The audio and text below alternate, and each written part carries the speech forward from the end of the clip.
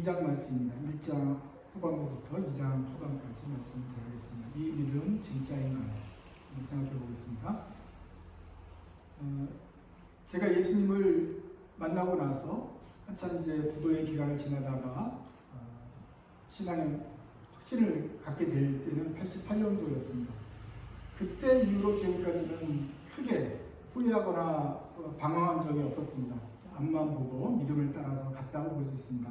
그런데 그 기간 중에 아주 중대한 시험이 두 가지가 있었습니다. 첫째로는 2000년도에 미국에 영국이를 데리고 왔는데 이제 3살짜리 영국이가 오늘 같은 날이에요. 주일 아침에 교회를 가기 위해서 쭉 차로 운전하고 가고 있는데 아빠 오늘 어디 가? 그래서 오늘 교회 가지. 일요일이니까 교회 가는 거야. 그랬어요. 그랬더니 뭐라 그랬게요? 영국이가 물어요. 아빠 우리 죽을 때까지 교회 가야 되는 거야? 일요일 되면 우리 죽을 때까지 교회 가는 거야? 궁금하니까 물어보겠죠. 우리의 매주 스케줄이 맨날 보니까 교회 가는 거더라. 우리는 아빠 나는 평생 죽을 때까지 교회 가는 거야? 그래서 그때 제가 이제 머릿속으로 큰 충격을 받았어요. 이게 하던 것도 멍석을 깔아주면 싫다는 그런 게 있잖아요. 교회를 막 가고 있는데 제가 그때 목사인데 내가 이걸 교회 죽을 때까지 가야 되나? 의인인가? 빠져나갈 길이 없는가? 이 생각을 하고 나니까 갑자기 엑셀에서 힘이 쫙 빠지면서 천천히 이렇게 이거 가야 되나 하는 그런 느낌이 들었어요. 평생 처음 받는 느낌이어서 그랬습니다. 문제는 그것이었어요. 죽을 때까지 반드시 일요일마다 평생 가야 되나? 가야만 한다? 이렇게 느껴지니까 무슨 말 못할 의무처럼 여겨지고 그럴 때 우리 인간 본성은 하기 싫다. 거부감이 들기 시작하는 거잖아요. 그러니까 그날은 그것 때문에 머리가 붕멍했습니다. 나중에 생각해 보니까 하나님 백성이 되어가지고 그 하나님의 자녀가 되기 위해서 얼마나 고민하고 기도했습니까? 드디어 이제 크리스찬이 되었고 목사가 되어서 주일날 교회를 가는 거는 특권이란 말이에요. 특권이었는데 갑자기 애기가 죽을 때까지 가야 돼? 앞으로 50년, 80년 남았는데 죽을 때까지 가야 돼? 그러니까 기분이 상했던 것이에요. 여러분, 죽을 때까지 가는 게 저주입니까? 특권입니까? 지금 또 벌써 죽을 때까지 기분이 또 상한 사람이 있어요. 그래서 시험이라는 거예요. 기분 좋은 놈 왔는데 너 죽을 때까지 일요일은 꼼짝도 못하고 와서 예배 드려야 된다? 그러면 하기가 싫어요. 근데 크리스찬이 하면 이 정도의 그 시험은 극복을 해야 된다고 생각합니다. 제가 그때 30살에 이걸 갖다가 경험하고 나서 그 하루 이틀 아주 기분이 나빴는데 겨우 이제 극복한 것처럼 마음의 정리를 한 다음에는 이 시험이 이제 아무것도 아니었지만, 축복이라는 걸 알게 되었지만, 각자 여러분들도 이 정도의 시험은 넘어가야지 중간에 평생 가야 돼? 그래서 이제 안 나가. 그리고서 이제 그 정도로 쉽게 무너질 신앙이라면 튼튼한 신앙이라고 할 수 없습니다. 그러니까 물어보십시오. 죽을 때까지 교회 가야 되나? 그 영국이가 어린애가 물어봤던 정도의 시험 문제는 여러분이 쉽게 극복을 언젠가는 한 번씩 하셔야 된다는 겁니다. 두 번째, 좀 그거와 강도가 높은 아주 큰 충격적인 것은 어떤 영화를 보고 난 때 있었어요. 그러니까 이거는 그냥 속에서부터 진이 쫙 빠지는 그런 순간을 말하는 것이죠. 그래서 진짜 시험인 건데 과연 내 믿음이 진짜인가를 시험해보는 순간이에요. 제가 지난번에 한번 언급했습니다만은 넷플릭스의 열대의 묵시록이라는 다큐멘터리가 있어요. 다큐멘터리 재미없을 것 같죠? 정치 문제 재미없을 것 같죠? 열대 뭔 소리야? 묵시록 재미없죠? 그러니까 제목을 잘 못 지은 다큐멘터리 중에 하나인데 내용은 아주 센세이셔널합니다. 아포칼립스 인 더 트로픽스예요. 이걸 보면서 브라질의 민주주의 상황을 보면서 한국과 미국을 볼 수 있을 뿐만 아니라 그 나라의 교회라고 하는 사람들이, 목사라고 하는 사람들이 어떻게 하나님의 이름을 가지고 하나님의 이름을 더럽히는가, 그 브라질의 복음주의, 미국의 복음주의, 에반젤리즘, 나도 한국의 복음주의자, 개혁주의자로서 지금까지 자라가지고 부끄럽지 않게 살았다고 생각했는데 이제 드디어 에반젤리즘이라는 복음주의라는 그 말이 너무나 부끄러운 시대가 되었다 하는 것을 그냥 표현을 했는데 이 사건 자체가 센세이션을 한 거 아니에요? 그래서 충격적으로 다가왔어요. 이거를 영화를 보면서 제가 그 영국이와 물었던 같은 시험과 같은 똑같은 증상이 나타났어요. 온몸에 힘이 쫙 빠졌어요. 죽을 때까지 교회 가야 돼? 하는 것처럼 내가 죽을 때까지 복음주의자로 살아야 될 것입니다. 세계에 보이지 않는 하나님의 그 교회들과 함께 연합한다는 느낌이 있었는데 이제는 그 보이지 않는 형제 자매들과 함께 연합한다는 것 자체가 부끄러운 일이 되어버렸어요. 내가 저 사람들과 함께 하나 된 교회에 있어야 되는가? 시험이지. 어떤 사람이 이렇게 말할 거예요. 야, 목사님 저런 거는 형식도들한테 얘기하지 마세요. 목사님들이 헷갈려 흔들릴 것 같으면 다른 믿음이 약하신 분들은 흔들리고 교회 안 나오면 어떡합니까? 그렇게 말할 수 있어요. 여러분 그걸 보면서 어쩌면 여러분들도 마음이 흔들릴지 몰라요. 믿음이 막 요동을 칠 수가 있어요. 그 기초가 무너진 것처럼 믿음이 사라져가 될 수가 있어요. 그런데 넷플릭스에서 회원이 다 된 사람은 누구나 다 볼 수 있는 것 같다가 막으라고 막을 수도 있는 것도 아니고 또 보고 나서 믿음이 흔들려서 시련을 겪고 목사님 한 1년을 제가 못 나오고 있어요. 복음주의 복자도 듣기 싫어요. 안 나오면 그걸 어떻게 막을 것입니까? 그렇게 해서 그 사람이 결국 신앙을 떠나서 다시는 돌아오지 않을지라도 그거를 어떻게 사람이 막거나 다른 결과를 만들 수 있겠을까? 그 믿음이 진짜라면은 잠시 흔들려도 돌아올 것이지만 그 믿음이 가짜라면은 처음부터 가짜였다면 이 정도의 흔들림에 쉽게 쓸려져 나갈 것이니 그 사람의 믿음을 버리는 것은 시간 문제였을 것이다 라고 볼 수 있을 것입니다. 성경에서는 불행히도 한 번 교회 나오고 한 번 믿음을 가진 사람이 끝까지 간다고 얘기를 하지 않아요. 예수님이 말씀하셨어요. 교회 안에는 알곡과 쭉정이가 있다. 추수를 다 해보면 건물아지가 다 같이 있는 거야. 그래서 탈곡하잖아요. 탈곡한 다음에 그 까부는 과정이 있어요. 그 까분다는 뭐냐면 이렇게 바람 선풍기 앞에 다시 알곡을 흩뜨리면 저쪽에 껍데기들은 다 전이 쌓이고 무거운 알곡만 두두두두 쌓이는 거예요. 그 과정을 어찌지 않으면 못 먹어요. 그래서 선풍기 앞에서 한번 그 요동을 치는 그런 과정이 있어요. 마찬가지로 천국에 들기 전에 하나님이 키질을 한다. 키를 들어서 선풍기 앞에 있는 것처럼 이걸 한번 들었다 놨다 하면서 신앙이 한번 뒤집어진 다음에도 그대로 남아있으면 그건 알곡이고 저기 멀리 가버리면 그건 바람에 나는 겨와 같아서 멸망하는 것이다. 그 축정이라고 해요. 그래서 하나님이 천국으로 모아드릴 때 한번 키질을 하신다고 분명히 말씀을 하세요. 그러니까 우리 안에 있는 사람이 중에서 걱정할 필요가 없어요. 진짜 믿음이면 남아있을 거고 천국 갈 거예요. 가짜 믿음은 걱정하지 마세요. 쓸려서 천국 가는 일이 없어요. 그러니까 다 하나님이 이렇게 정제 작업을 거치신다 이 말입니다. 진짜 믿음과 가짜 믿음이 섞여서 갈 수가 없을 거예요. 하나님이 다 정리를 하실 것이다. 그 과정 속에서 과연 내 믿음이 진짜인가? 내 믿음이 흔들릴 수 있을 것인가? 아니면 이 시련의 환란을 통해 유혹에 넘어가 버리고 그냥 사그라질 것인지 아니면 이 시험을 통해서 더 굳건한 믿음이 될 것인지는 그거는 우리 믿음이 진짜인가 아닌 가짜인가 알곡인가 축정인가에 달려있지 어떤 영화를 보았느냐 안 보았느냐에 따라 달린 것이 아니다 하는 것을 보기를 바랍니다.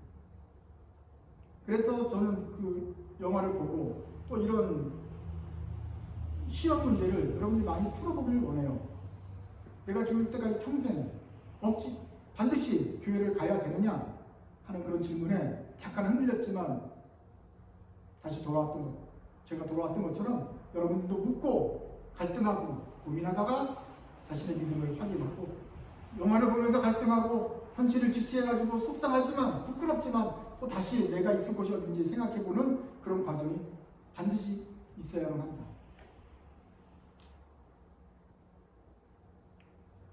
생각이 듭니다. 지도죠? 잘 보이죠? 터키의 중앙입니다. 그 교회들인데 신약성경에 나오는 교회들만 일단 이름을 적어놨어요. 앱은 에베소서입니다. 그쪽 골짜기로 쭉 들어가면 히에라폴리스요. 히에라폴리스, 라오디게아, 그리고 오늘 우리가 보는 골로새 교회가 있는데 히라골은 각각 10km씩 이렇게 있는 삼각편대처럼 이렇게 되는 골짜기에 있는 세 교회예요. 그래서 히에라폴리스, 라오디게아, 골로새서가 있고 그 위에 골짜기는 서모나 사데, 빌라델피아 있고 위에는 버가모, 두아디라 교회들이 있습니다. 이렇게 터키의 중앙은 산간지대라서 힘들잖아요. 그러니까 이렇게 골짜기 따라서 교통이 발달되어 있다는 걸 볼 수 있고 우리가 보는 것은 바로 이제 에베소 중심, 에베소에서 바울이 복음을 전했을 때 그 복음이 히에라폴리스, 라오디게아, 골로새까지 전해지고 다른 사람을 통해서 그리고 골로새서에 또 라오디게아의 믿음이 공동체가 생기기 시작했다는 것을 보시면 되겠습니다. 지금 우리는 그 중앙 산간지대 골짜기 속에 있는 골로새서 이야기를 하는데 1장의 후반절과 2장을 읽고 있습니다. 1장 23절부터 제가 읽겠습니다. 이 복음은 저기 B라고 써있는 것은 23절은 원래 이렇게 되었어요. 만일 너희가 믿음에 거하고 터 위에 굳게 서서 너희 들은 바 복음의 소망에서 흔들리지 아니하면 그리하리라 까지가 지난주에 봤어요. 그게 23절의 A 파트입니다. 그래서 B는 그 뒷부분이에요. 그래서 성경 공독하실 때도 혹시 A, B 나오면은 이제 반절을 나눠서 읽으시면 될 것입니다. 그래서 너무 주일날 아침에 화 있을진저 저주받을지어다 이렇게 말하면 낭독하는 데는 좀 불편하잖아요. 처음 듣는 사람도 있으니까. 그래서 낭독한 성경 구절에 앞에 A는 빼고 B부터 시작한다든지 아니면 B는 빼고 A만 읽으라든지 그런 영어 표시가 있으면 반 나눠서 읽으면 됩니다. 어쨌거나 23절 B부터 보면 이 복음은 천하 만민에게 전파된 바요 나 바울은 이 복음의 일꾼이 되었노라. 나는 이제 너희를 위하여 받는 괴로움을 기뻐하고 그리스도의 남은 고난을 그의 몸된 교회를 위하여 내 육체에 채우노라. 내가 교회의 일꾼이 된 것은 하나님이 너희를 위하여 내게 주신 직분을 따라 하나님의 말씀을 이루려 함이니라. 바울이 계속 골로새서 교회에서 그리스도께서 하신 일을 쭉 이렇게 찬송을 하면서 바로 이 복음이 전파되었고 그 전파를 위해서 내가 사도가 되었고 사도 일을 하다가 지금 그냥 감옥에 갇혀서 고난도 받고 있고 앞으로도 그 남은 고난을 내 육체에 채우기 위하여 하고 있다. 하나님의 말씀을 이루려고 내가 살고 있다. 이래 말을 해요. 진짜 믿음을 어떻게 구별하느냐? 바울도 처음에는 헷갈렸을지 몰라요. 처음에 복음을 전했는데 돌이 날라오고 아니 좋은 일을 했는데 아파요. 복음을 전했는데 감옥에 갇혀요. 처음에는 헷갈렸을지 몰라요. 하지만 지금은 이 노년의 이 원숙한 선교사는 감옥에 갇혀 있어도 이거 괴로움을 기뻐할 수 있는 경지까지 들어갔어요. 이 정도는 괜찮아. 나의 소명을 흔들리는 것이 아니야. 처음에는 감옥에 갇히면 내가 지금 뭔가 실수했는가 하나님이 원하시지 않는 길이 간 것인가 막 고민을 했었지만 그게 아니라는 것을 깨달았어요. 아 그리스도의 남은 고난을 내가 채우면서 복음은 진보하는 것이구나. 이 감옥에 갇힌 것이 내가 또 해야 될 일이구나. 천하 만민에게 복음은 그럼에도 불구하고 전파되겠구나. 기쁨으로 감옥에 있어요. 너희를 위하여 받는 괴로움을 기뻐한다. 받는 괴로움이 힘든 게 아니라서 기쁜 게 아니에요. 괴로워요. 근데 기쁨이 나와요. 그건 인간이 할 수 없어요. 속에서 나와야 돼요. 그런데 우리가 믿음 생활 하면서 이건 누가 봐도 힘든 일인데 어려운 일인데 그 기쁨으로 감당할 수 있게 된다? 그거는 성령께서 하시는 거예요. 그런 사람은 믿음이 진짜인 거예요. 야, 그걸 어떻게 평생 죽을 때까지 가서 노력봉사하냐? 근데 난 기뻐, 그게. 그러면 그것은 진짜일 가능성이 있어요. 바울은 누가 시켜서 한 게 아니에요. 그리스도 예수를 그 말씀을 듣고 기쁨으로 이 일을 감당을 하는데 또 속에서 기쁜다 그래요. 남들에게 보이기 위해서 그냥 기쁘다고 거짓말 치는 게 아니에요. 기쁘니까 이걸 계속 하는 거예요. 우리도 바울의 모습과 같이 든다면 우리의 믿음이 진짜일 수 있겠다. 세상 사람들이 손짓하고 교회의 인기가 사그라들고 신뢰도가 바닥바닥을 칠 때도 나는 하나님 섬기는 게 기뻐. 그럼 진짜 믿음일 수 있는 것입니다. 바로 여기까지 우리가 가야 합니다. 이 비밀은 만세와 만대로부터 감추었던 것인데 이제는 그의 성도들에게 나타났고 하나님이 그들로 하여금 이 비밀의 영광이 이방인 가운데 얼마나 풍성한지를 알게 하려 하십니다. 이 비밀은 너희 안에 계신 그리스도니 곧 영광의 소망입니다. 그런데 어떻게 바울이 기뻐할 수 있는가? 그건 비밀이에요. 그 복음은 감추어져 있어요. 세상 모든 사람들이 다 구원을 바라길 원하시지만 어떤 사람들에게는 이것이 마치 감추인 것처럼 보이질 않아요. 어떤 사람은 고난을 당해도 기쁘고 어떤 사람은 바보냐? 한만 봐도 나는 기쁨이 없어. 기쁠 수가 없어. 복음이 있어서 그래. 복음이 뭔데? 나는 깨달을 수가 없어. 읽어도 모르겠어. 그 사람은 그 사람에게는 복음이 감춰진 것입니다. 그래서 비밀이라 그래요. 재밌는 거죠. 이게 시크릿이 비밀이 개봉이 됐어요. 모든 사람이 읽을 수 있어요. 성경은 어디 가서나 살 수 있는 거 아닙니까? 책 글씨만 보면 읽을 수 있는데 선택받은 사람들과 진짜 믿는 사람들은 이것을 볼 수 있고 깨닫는 것이고 선택받지 못한 참 믿음이 없는 사람은 읽어도 알지 못하니 눈에는 그냥 비밀인 거예요. 감추인 거예요. 읽을 수가 알 수가 없어요. 두 종류의 사람이 있는 것이죠. 성경의 말씀이 읽어지는 사람과 아무리 봐도 이게 비밀처럼 수수께끼야. 왜 여기서 기쁜지를 모르겠어. 그런 사람들이 있는 거예요. 이 사람한테는 복음의 비밀이 감추어졌다. 그럼 어쩔 수가 없다. 읽으라고 사도를 통해서 보내가지고 말씀을 보내주고 했는데도 어떤 사람은 보고 어떤 사람은 보지 못해요. 어떤 사람은 장님이고 기머리예요. 그러니까 비밀인 거예요.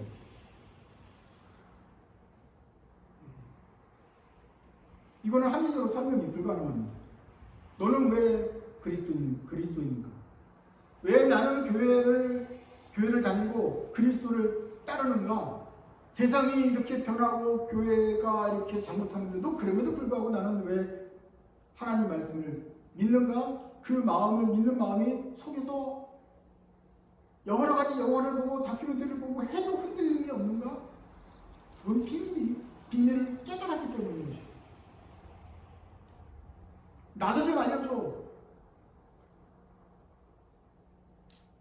근데 그것은 비밀이기 때문에 알려줄 수가 없습니다. 어떻게 눈을 이렇게 여러 가지로 장님이 눈을 뜨게 할 수 있어요? 없어요. 그건 성령께서만 하셔야 되는 일인데 마침 우리는 어떻게 무슨 복을 받았는지 그 비밀을 알게 되었어요. 세상은 다 깜깜해가지고 비밀을 찾고 있는데 우리는 알았어 이미. 그러니까 기뻐하면서 그 감옥 고난을 겪을 수 있었지 않아요? 그 비밀이 뭐냐? 너희 안에 계신 그리스도이시니 곧 영광의 소망입니다. 그리스도를 아는 사람, 이 영광을 보았기 때문에 그 소망을 붙잡고 기뻐할 수가 있어요. 바로 우리가 그 비밀을 가졌습니까? 그래서 그 비밀을 나는 알고 기뻐합니까? 그러면 그건 참 믿음입니다. 그것이 알고기고 교회에 나와도 여전히 비밀처럼 진리를 감추어지고 그냥 사회생활을 하는 그리스도인이 계시죠. 청년회장하고 무슨 뭘 해도 장하고 스포츠는 상관이 없어요. 그냥 오래되면 그냥 하는 거예요. 그럼에도 불구하고 비밀을 모르면 키즈를 하고 선풍기가 돌아갈 때 멀리 나가게 됩니다. 쭉정이가 되는 것이죠. 여러분에게는 그 비밀이 있는가? 그 비밀이 있다면 평생 교회 가야 돼 하는 시험을 봐도 금방 회복하고 그 비밀을 다시 분명하게 깨달을 수가 있게 되는 것입니다. 바울이 골로새 교인들에게 물어봐요. 너희도 이 비밀이 있니? 우리가 그를 전파하여 각 사람을 권하고 모든 지혜로 각 사람을 가르침은 각 사람을 그리스도 안에서 완전한 자로 세우려 함이니 이를 위하여 나도 내 속에서 능력으로 역사하시는 이의 역사를 따라 힘을 다하여 수고하노라. 그래서 바울은 힘을 다해 승부할 수 있어요. 글을 전파해요. 각 사람을 권해요. 각 가르치고 있어요. 이 비밀을 좀 알라고. 그 중에서 눈 뜬 사람들은 보라고. 그리고 그 중에서 제자로 거듭난 사람들은 나하고 완전한 자로 서도록 내가 힘을 쓴다. 그걸 바울이 하는 게 아니죠. 나도 연약한 자라서 내가 하는 게 아니고, 빨간 한번 읽어봅시다. 내 속에서 능력으로 역사하시는 이의 역사를 따라 힘을 다하여 수고하는 것. 내가 무슨 힘이 있어서 하는 게 아니고 내 속에서 어떤 힘이 나오는 그 분이 계셔. 그 힘으로 역사하시는 분 누굽니까? 성령님인데 그 성령님의 역사하심을 따라서 나도 수고하게 된 거야. 속에서 성령님이 나를 이렇게 이끌어 가시고 감당하게 하시고 힘이 나와. 그래서 하게 되는 것이야. 내가 지금 그리스도인으로서 참 믿음을 가졌는가, 가짜 믿음인가, 열심히 하는 과정인가, 아니면 그냥 열심히 하려고 하지만 속에서부터 나와서 하는 힘으로 하는 것인가를 깨닫는 것도 바로 이것입니다. 성령님께서 하시는 힘으로 하는 것인가, 아니면 내 꼬집으로 근력과 성실성으로 주일날 빠지지 않고 나오기는 했으니 나와야지 하는 것이지, 아니면 기쁨으로 야, 성전에 올라가는 기쁨이 이것이구나, 야, 기쁘다, 주님께 봉사하는 것이 기쁘다, 하나님 찬송하는 것이 기쁘다, 이래 힘을 따라서 역사를 하는 것인지 그 차이가 있어요. 누가 그래요? 교회에서 열심히 하는 사람인데 참 믿음이 없는 사람은 그건 절에 가서도 열심히 했을 사람이라고. 사람의 어디 가든지 리더십을 발휘했던 사람이야. 그 교회에서 리더십을 발휘하는 사람인지, 저 사람이 믿음이 없으면 그냥 리더십으로 리더하는 사람이지, 그 사람은 교회 가서도 절에 가서도 불교 청년회장을 했고 딴 데 가서도 통일교 청년회장을 할 사람이지, 어디 가든지 그냥 자신의 리더십을 발휘하는 사람이지 믿음 있는 사람은 믿음으로 하는 건 아닐 것이다. 우리가 무슨 장을 맡으니 그래서 믿음이 증명되는 것이 아니라 그 속에서 성령의 역사에 따라서 힘을 다해 수고하게 되는 것인지를 보셔야 되죠. 그러니까 자기 힘으로 하다 보면 진이 빠져요. 힘이 들어요. 그러나 성령께서 이끌어가시는 대로 따라가면은 힘이 속에서 나니까 그런 것이죠. 주의를 할 때 여러분들이 속에서 나는 힘으로, 성령님께서 나오시는 힘으로 갈 수 있냐 보시면 내 믿음이 참 믿음인지 구별할 수 있습니다. 제가 아까 그랬잖아요. 그 영국이가 한 말을 할 때 그날 주일날 교회를 가면서 차에서 그냥 힘이 쫙 빠지는 느낌을 가졌다. 애기가 한 소리예요. 그냥 한마디에 지는 기억도 못해요. 아빠 우리 죽을 때까지 평생 교회 가야 돼? 그런데 그것이 나한테 시험으로 크게 다가오고 그냥 힘이 쫙 빠지는 느낌이에요. 영화를 봤을 때도 저도 다큐멘터리에서 힘이 쫙 빠져서 한두 주간 동안 고생을 했어요. 그런 것처럼 그 반대 현상이에요. 힘이 빠져야 되는 상황이에요. 코가 쭉 빠져야 돼요. 뭐 할 만한 여건도 없어요. 근데 갑자기 속에서 힘이 확 나요. 막 크게 돼요. 그러면서 막 해요. 그냥 성령으로 일을 하게 되는 경우가 있단 말이에요. 그건 증명할 수도 없고 설명할 수도 없는 힘이 그냥 나와요. 네가 뭐가 있다고 네가 이렇게 잘나서 일하는데 나도 몰라, 그냥 하게 되던데 하는 게 있지 않습니까? 예를 들면 우리가 다 같이 봤던 것 중에 하나는 넘버스 사역 같은 게 있을 거예요. 우리 교회는 그때 작았어요. 그리고 바로 코비드 직전에 갑자기 청년들이 중고등학생들을 보여서 갑자기 우리가 가르치자, 가난한 사람들 도와서 수학도 가르치자, 우리가 아니면 수학이니까 수학으로 세상에 유익한 일을 해보자. 근데 지금보다 한 5, 6년 어렸잖아요. 그 애들이 지금 같으면 같이 놀아주지 않는 그 애들이 뭘 하자. 근데 하잖아요. 그래서 어른들 보면서 헐, 저게 쟤네들끼리 그냥 체력으로 하는 거라면 금방 사그라들겠지만 성령의 능력으로 하게 되면 좀 가겠네. 지켜봤더니 하루하고 이틀하고 한 주하고 한 달하고 6개월, 1년 가고 계속해서 갔었잖아요. 성령께서 하시는 것이네. 속에 아무것도 볼 것이 없어요. 뭐 중학생들이 고등학생들이 뭘 누구한테 가르친다 그래요. 그런데 그 속에서 능력으로 역사하시는 이의 역사를 따라 힘을 다하여 수고를 하게 되었던 것이죠. 아, 그것은 성령께서 하시는 거를 일이 없겠구나 하는 거예요. 그러면 우리의 처지와 상관없이 주님의 일이 이루어지는구나. 바울이 빌레몬서에서도 봤지만 이 감옥에 있으면서 전도하다가 갇혔으니까 전도가 문이 막힌 것이 아니라 그 안에서도 아들을 낳아요. 오네시모를 낳아요. 그러니 하나님의 일은 이루어지고 있는 것을 볼 수 있지 않아요? 우리의 일은 사람이 일하는 것이 아니라 성령의 능력으로 역사하시는 이 역사를 따라 합니다. 그 안에 우리가 내 힘도 다하여서 수고하게 되는 것입니다. 그래서 이러한 성령의 능력을 알고 있느냐, 그에 따라 일하느냐 하는 사람은 바로 알곡이 될 것이다. 2장으로 넘어갑니다. 내가 너희와 라오디게아에 있는 자들과 무릇 내 육신의 얼굴을 보지 못한 자들을 위하여 얼마나 힘쓰는지 너희가 알기를 원하노니, 이는 그들로 마음의 위안을 받고 사랑 안에서 연합하여 확실한 이해의 모든 풍성함과 하나님의 비밀인 그리스도를 깨닫게 하려 함이니 그 안에는 지혜와 지식의 모든 보화가 감추어져 있느니라. 지금 여기서 바울이 자기 얼굴 보지 못하고 교회 성도가 된 사람들을 이야기해요. 그러니까 바울은 에베소까지만 이렇게 썼지 내륙까지는 안 들어왔어요. 그때는. 그런데 그 에바브라를 통해서 골로새서와 고동네 라오디게아 히에라볼리에 복음이 전해졌어요. 그러니까 골로새 교인들, 너희들도 태반은 나를 보지 못했지. 그냥 글로만 보는 거지. 그 옆에는 라오디게아 교회, 너희들도 나를 거의 보지 못했을 거야. 한 달이 건너들었을 거야.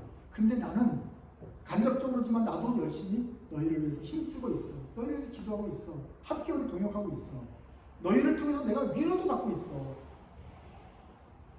왜냐하면 우리가 하나님의 비밀인 그리스도를 깨닫는 것에서 하나가 되기 때문이니까. 그리고 다른 사람에게도 그 비밀을 알려주고 있는 거 아닙니까? 이 그리스도 안에는 지혜와 지식의 모든 보화가 감춰져 있는 거예요. 그리스도 안에는 지식이 다 있어요. 지혜가 다 있어요. 세상에 어떤 구원의 해답이 다 있어요. 근데 어떤 사람에게는 감춰져 있어요. 그 감춘 것을 깨서 보여주려고 노력하는 거예요. 이 세상은 이걸 보면서 미련하다 그래요. 그 예수 믿으면 떡이 나오냐, 뭐 밥이 나오냐. 안 믿어요. 이 교회 나오는 시간 동안 1시간이라도 더 공부를 해야 뭐 서울대도 가고 공부도 더 잘하는 것이지, 교회 와서 이렇게 하면 더 잘 되겠냐 안 되겠냐. 합리적으로 공부가 더 안 치여본 점수가 나빠야 되는데 꼭 그렇지만 안 치워? 세상에 감추어진 비밀이에요. 우리가 앞으로도 세상을 살면서도 앞으로도 계속 이런 도전을 받는 것입니다. 세상에서는 이해를 하지 못하기 때문에 교회를 손가락질할 거예요. 이해하지 못할 거예요. 야, 이제 기독교 있을 때는 각다 뭐 이상 쓸데없는 소리가 나올 거예요. 죽을 때까지 나올 거예요. 왜냐하면 죽을 때까지 이 세상에 간단히 말하면 절반은 쭉정이들은 비밀을 깨닫지 못하기 때문에 이해를 하지 못해요.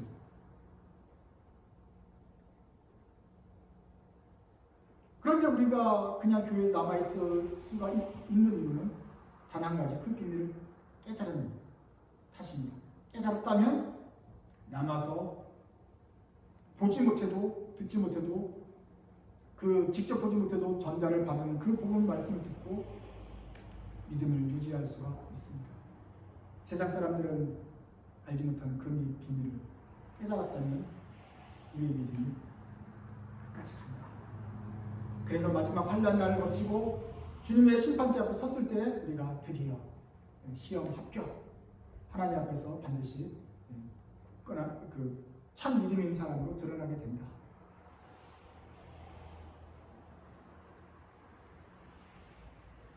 세상 눈에는 감춰졌던 것들을 우리가 보고 있는가? 아니면 교회에 와서도 계속해서 목사님이 뭔가 중요한 얘기를 하는 것 같은데 뭔 소린가? 뭐 비밀이 있다고 하는 거예요. 나는 과연 만날 수 있을 것인가? 만날 수 있겠죠. 기다리고 있냐고 하나님 말씀을 듣다 보면 어느 순간 그 말씀과 이렇게 레조는 공명하는 순간이 올 때가 있겠죠. 아니면 아무리 봐도 안 될 수가 있어서 언젠가는 그냥 잠시 교회에 들어왔었던 사람으로 되는 수가 있겠죠. 그건 우리가 할 수가 없지만 우리가 될 수 있는 대로 최선을 다해서 연합해서 어떻게 하면 우리 얼굴 보지 못한 사람들에게도 이 복음이 전파될 것인가 고민하고 기도합니다. 때가 되면 주님께서 이 감추인 비밀을 깨닫게 하실 것입니다. 그리고 깨닫게 되는 순간 우리의 처지가 어떻든지 세상의 평가가 어떻든지 간에 우리의 믿음은 참 믿음이 되어서 끝까지 갈 수 있을 것이다.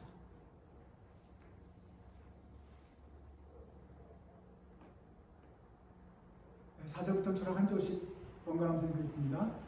내가 이것을 말하면 아무도 교묘한 말로 너희를 속이지 못하게 하려 함이니 내가 육신으로는 떠나 있으나 심령으로는 너희와 함께 있어 너희가 질서 있게 행함과 그리스도를 믿는 너희 믿음이 떠난 곳을 기쁘게 하리라. 그러므로 너희가 그리스도 예수를 주로 받았으니 그 안에서 행하되 그 안에 그리를 받으며 세움을 받아 구원을 얻은 대로 믿음의 힘께서 감사함을 넘치지 않아.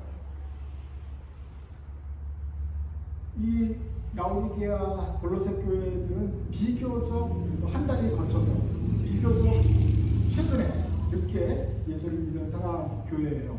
그래서 바울이 말하는 거예요. 이제 너희가 이제 잘 믿었으니 시작을 했으니 앞으로 교묘한 말로 너희를 속이지 못하게 해라 라고 지금 내가 편지를 쓴다. 이걸 잘 읽으면서 흔들리지 않게 합니다. 내가 지금 너희들하고 떠나 있지만 너희들 굳게 했으면 좋겠다. 믿음이 굳건한 것을 내가 보기 때문에 그런데 앞으로도 더 잘하면 좋겠다. 그 말을 6절부터 말하는 거죠. 그리스도 예수를 주로 받았으니 그 안에서 행해라. 그리고 그 안에 뿌리를 박아라. 거기서 세우기 반듯하게 서고 교훈을 받은 대로 믿음에 굳게 서서 감사함에 풍성한 그 열매가 넘치게 하라. 점점 굳건하게 자라라. 한번 믿음을 받은 것만 가지고는 충분하지 않습니다. 그래가지고 천국 들어간다? 충분하지 않아요. 뿌리를 받고 세움을 받아서 풍성한 열매를 드려져야, 성령의 열매가 나타나야 이게 되는 거예요. 그래서 내 믿음이 진짜인지 가짜인지 아는 법도 여기서 마찬가지예요. 나와요. 내 믿음이 받았다고 끝나는 것이 아니라 받은 다음에 그 믿음이 뿌리를 내리고 자라가는가. 처음 믿을 때랑 지금 믿을 때랑 차이가 큰가 많은가. 내가 많은 시행착오를 물론 겪었지만 그러면서 시행착오와 함께 나는 믿음이 점점 자라갔는가? 아니면 여전히 그냥 이렇게 쌍만 살짝 난 상태로 그냥 계속 가는가? 예수님의 씨 뿌리는 비유에 보면 쌍만 난 상태로 계속 갈 수 없다고 나오죠? 하나님 저는 새싹이에요. 그래서 천국에 못 가죠? 새싹은 곧 타버린다. 세상 이글거리는 태양에 그냥 싹이 나도 나 말라버린다. 그 정도 가지고는 갈 수가 없어요. 그러면 영화를 볼 때마다 시험 들고 세상에서 무슨 교회 손가락처럼 소리 들고 휙 또 넘어가고 금방금방 넘어간단 말이에요. 배반한단 말이에요. 뿌리를 받고 몸통이 붉어져야 돼요. 세움을 받아야 돼요. 입에 굳게 서야 돼요. 그래야 우리의 감사와 찬송이 그 성령의 열매가 넘치게 해져야 돼요. 이것까지가 바울의 목표예요. 그렇게 해서 믿음이 자라면 그 사람은 알고 있는 것이고 그 씨앗이 충실한 사람이고 알고는 알고 있는데 바람에 불려보면 무게가 거의 없어서 날아가는 거잖아요. 그러면 그걸 밥하면 안 돼요. 그냥 썩은 거예요. 그럼 껍데기예요. 나는 껍질 쭉정인가 알곡인가? 나는 잘하고 있는가를 볼 수 있어요. 바울은 여기서 성경은 여기나 마찬가지로 어디서든지 그저 그냥 씨앗만 싹만 났다고 믿음이 완성됐다고 말하진 않아요. 자라야 돼요. 열매를 맺어야 돼요. 그 속에 꽉 알이 들어 차야 돼요. 그러면 참 믿음인 거예요. 우리 안에 생명이 있어요. 지금 물론 예를 들면 지난주에부터 교회를 나오기 시작했다. 그럴 때는 아직 지금 싹만 난 상태지만 앞으로 알곡되기 위해서 열심히 더 채워가야 될 것이고, 여러분들도 그 믿음이 굳게 서서로 좋은 나무가 될 수 있을 때까지 자라도록 노력을 하셔야 됩니다. 하나님께서 하시겠지만 나도 힘을 다하여 수고하는 그 수고가 동반되면 내 믿음이 자라게 될 것이고, 주님 앞에서 내 믿음이 참 믿음으로 드러나게 될 것입니다. 8절에 오늘 마지막 절인데, 누가 철학과 헛된 속임수로 너희를 사로잡을까 주의하라. 이것은 사람의 전통과 세상의 초등학문을 따르는 것이지 그리스도를 따르는 것이 아닙니다. 골로새 교회는 로마 제국 안에 있는 거 아니에요? 터키 제국이에요. 골로새 교회가 로마 시대의 사상은 그리스 로마 신화, 그리스 사상, 아리스토텔레스, 소크라테스 이런 철학이 아주 만연해 있어요. 그러니까 그 철학에는 하나님이 나오질 않아요. 그래서 여러 가지 철학으로 보고 세상 풍조로 보면 예수님에 대해서 공격할 게 너무너무 많아요. 말도 안 된다. 어떻게 죽었다 살아내냐. 또는 유대인 쪽에서 공격할 게 많아요. 뭐예요? 할례를 받은 진짜지 뭐야. 너희들은 태생부터가 본 DNA가 유대인이 아니잖아. 우리가 진짜지. 이런 속임수가 많이 있단 말이에요. 이거는 그리스도를 따르는 것이 아니고 이건 사람의 생각과 전통을 따르는 것이다. 쏙지 않도록 주의해라. 우리가 참 믿음으로 자라려면 중요한 것이 속지 않아야 된다. 속지 않는 사람이 드디어 겨우 살아남을 수 있습니다. 4절에서 마찬가지 말했잖아요. 교묘한 말로 너희를 속이지 못하게 하려고 내가 성경까지 쓰고 편지까지 써서 보내는 거 아니냐. 그 편지 부지런히 읽고 해서 속지 말아라. 특별히 교회에 나온 사람들에게 이 말이 중요한 것입니다. 세상에는 우리 한국 인구의 절반은 무신론자예요. 무신론자들은 뭐 그냥 물질이 최고니까 이런 영적 얘기를 하면 듣지도 않아요. 그런데 이 좀 영적인 사람들은 영적이라 좋긴 한데 좀 하나님에 대한 관심도 생길 수 있는데, 문제는 그 안에는 진짜 참 믿음을 가진 사람과 아니면 온갖 우상에 휘둘리는 사람들이 또 나눠져 있습니다. 영적이에요. 영적이기 때문에 이것저것 봐요. 그 중에서 비밀을 깨달은 사람은 참 믿음이 알고 있는 크리스찬이 되는 것이고, 그런데 교회를 기웃기웃거리면서 여기가 하나님인가 하면서도 있는 진리가 있는가 하다가 진리를 못 찾은 사람은 또 갑니다. 어디로 갑니까?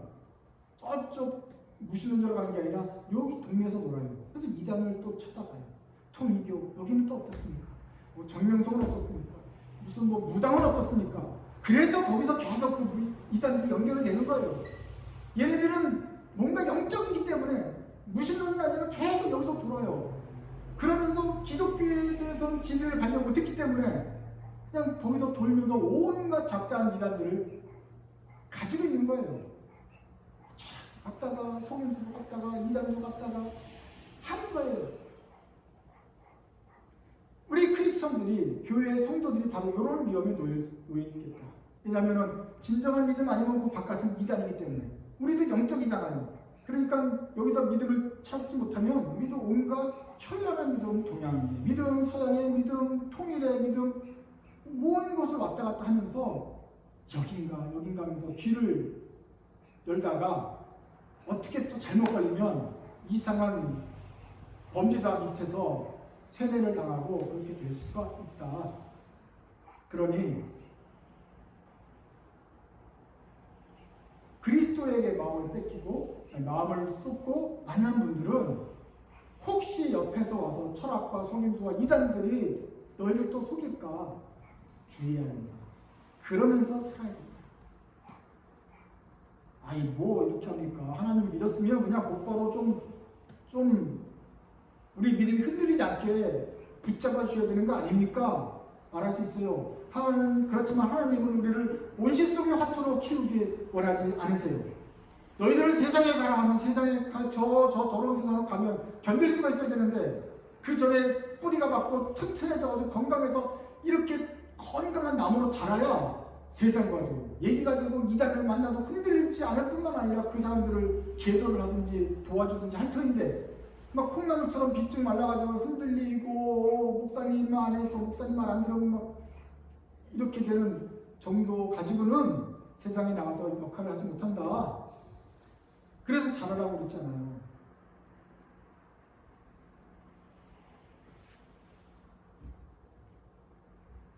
근데 개중에 이단에 넘어가는 사람들이 있습니다. 이단이 잘해서가 아니에요. 그 믿음이 연약해서 그런 거예요. 이단은 우리 집에 항상 있어요. 영적인 이단, 뭐 공산주의 이단, 자본주의 이단, 뭐 무신론자 이단, 앞으로 수십 개 이단이 있을 거예요. 그 이단이든 시험이든 그 시험은 여러분의 사랑하는 아들로부터 3살짜리가 우리 평생 죽을 때까지 교회 가야 돼? 뭐 이런 식으로 우리를 갑자기 뜬금없이 공격이 나올 수도 있어요. 그럼에도 불구하고 우리가 믿음을 지키고 있어야 된다. 그러려면 어떻게 됩니까? 내가 건강해야 됩니다. 바이러스는 온 세상에 가득하잖아요. 그런데 병에 걸리지 않는 이유는 우리 몸이 건강하면 병에 걸리지 않아요. 그 나무가 건강하면 썩질 않아요. 그런데 이 나무 자체가 비실비실하면 어느 순간 들어오는 바이러스에 금방 전염돼서 넘어가고 말 것입니다. 그러니 이 사람이 진짜 믿음인지 가짜 믿음인지 보려면 건강한가? 이단에 넘어가지 만큼 병치레를 이길 만큼 이 사람의 속이 건강한가? 그러면 끝까지 남을 것이고 비리비리하고 그 영혼에 분별력이 없이 계속 흔들린다. 그러면 옆에서 아무리 잡아주려고 해도 금방 넘어가게 되더라. 골로새 교인들에게는 그 오늘날과 못지않은 그 온갖 철학과 사상의 경연장이었던 로마 시대 사회를 살아가는 골로새 교인들에게 누가 철학과 헛된 속임수로 너희를 꿰지 않을까 주의해라 라고 경면을 했습니다. 앞으로 평생 우리 주위에 이단과 헛된 속임수와 교회를 공격하는 것과 예수님 아무것도 아니라는 것과 아니면 예수님보다 더 훌륭하신 신을 여러분에게 소개하는 속임수가 있을 것입니다. 모든 그리스도인들이 그 속임수에 넘어가지 않는다고 말할 수 없어요. 한두 명은 넘어가게 될 것입니다. 그러나 여러분들은 믿음의 굳게 뿌리를 받고 기쁨의 열매를 맺는 사람들이 되시기 바랍니다. 그래서 세상이 흔들 수가 없고 어떠한 시험도 여러분의 믿음을 뺏어갈 수 없는 그런 건강한 사람, 튼튼한 사람, 하나님께서 요구하시는 그 굳건한 믿음을 가진 참 믿음의 사람이 되기를 원합니다. 오늘 골로새 1장과 2장을 통해서 6가지 지표를 보았습니다. 과연 내 믿음이 참 믿음인가? 한번 읽어보죠. 1번부터 시작. 기쁨으로 인내하는가? 그 비밀이 있는가? 성령의 힘으로 일하는가? 세상에는 감춰진 그 비밀을 나는 깨달았는가?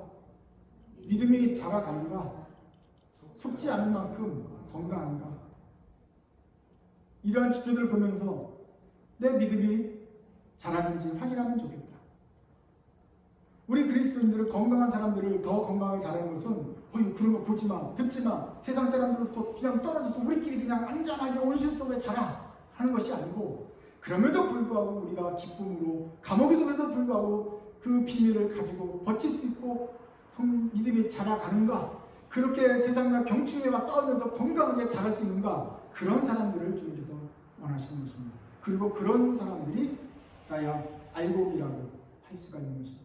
여러분들은 지금까지 주께서 주신 말씀들을 깨닫고 그 말씀을 비로 삼아서 튼튼한 믿음으로 자라시길 바랍니다. 우리 안에 계신 성령님께서 그렇게 하실 것입니다. 그 힘의 능력을 따라 사십시오. 그리고 또한 여러분이 가능한 대로 또 할 수 있으면 그 힘을 따라 나도 수고하며 역사하면서 이 과업을 이뤄나가길 바랍니다. 기도하겠습니다. 하나님 아버지, 세상에 많은 유혹과 시험이 있습니다. 저희들의 믿음은 아직도 연약합니다. 그러나 주님, 주께서 원하시고 바라시는 그 목표를 저희가 보았으니 저희도 굳건하고 튼튼한 나무처럼 자라서 주께 큰 열매 맺게 하여 주시옵소서. 쭉정이와 알곡을 나누실 때 알곡으로 남게 하시고 참 믿음과 거짓 믿음 나누실 때 참 믿음으로 주 앞에 서게 하여 주옵소서. 앞으로 믿음의 길을 더 계속해서 가야 되는데 이 믿음의 길을 가는데 구석구석 곳곳에서 저희들의 시험거리와 환난거리와 걱정과 어려움을 만날 것입니다. 그럼에도 불구하고 감옥에 있는 바울도 기쁨으로 그 길을 갔던 것처럼 저희들도 기쁨으로 속에서 말할 수 없는 그 비밀을 사모하는 그 힘으로 이 길을 갈 수 있도록 도와주십시오. 주님, 저 힘으로 가지 않게 하시고 성령님께서 저희의 힘이 되어주셔서 속에서 이해할 수 없고 해내할 수 없는 그 신비로운 힘이 솟아나서 그 힘으로 살아가는 참 그리스도인 되게 하여 주십시오. 그래서 나는 그 힘으로 산다, 나는 그 비밀을 보았다라고 똑똑하게 증언하는 예수님 부활의 증인 되게 하여 주옵소서. 예수님 이름으로 기도드립니다. 아멘.